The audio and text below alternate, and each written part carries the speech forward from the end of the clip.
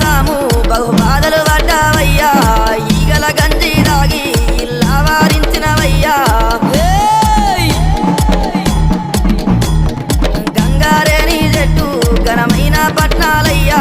దిక్కుల్లా